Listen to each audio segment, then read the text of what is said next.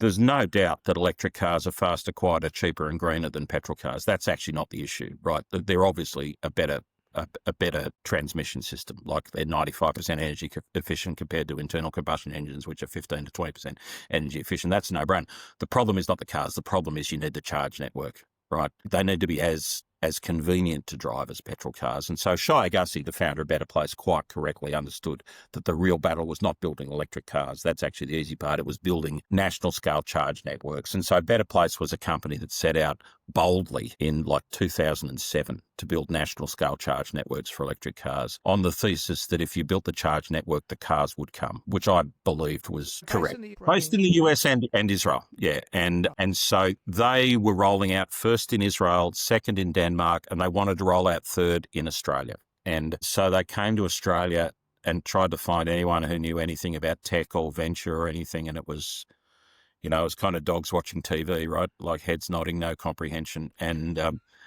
after a while, some of the Australia-Israel Chamber of Commerce guys that were taking them round said, look, if you want to talk tech, you should talk to this guy. He's actually a politician now called Evan Thornley, but he put the first tech company on NASDAQ. So he might be able to tell you where the bodies are buried in terms of finding some tech people in Australia and some venture and stuff.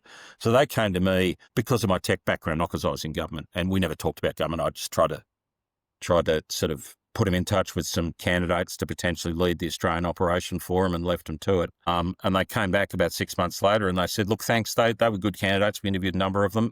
And look, one of them would have been great as head of marketing, but probably not the CEO. Another one, maybe COO. They said, so we liked them all, but we just didn't have the CEO there. But all of them used to work for you. So why don't you run it?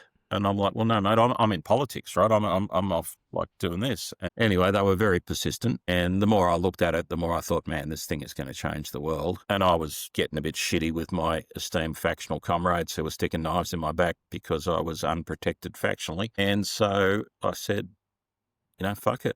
I'll do it. And actually, I had this conversation with my daughter Ruby at the time when I was really battling up, gee, if I do this, like all the decades I put into politics are gone, right? I'll never be able to come back. So it's a pretty big bet, and what if this business doesn't work out and yada, yada, yada. And Ruby, who was 10 at the time, just looked at me and said, but Daddy, this is the coolest company in the whole world. And I'm like, yeah, my kids can go to school saying my dad's a politician, or they can go to school saying my dad's running the electric car network, right?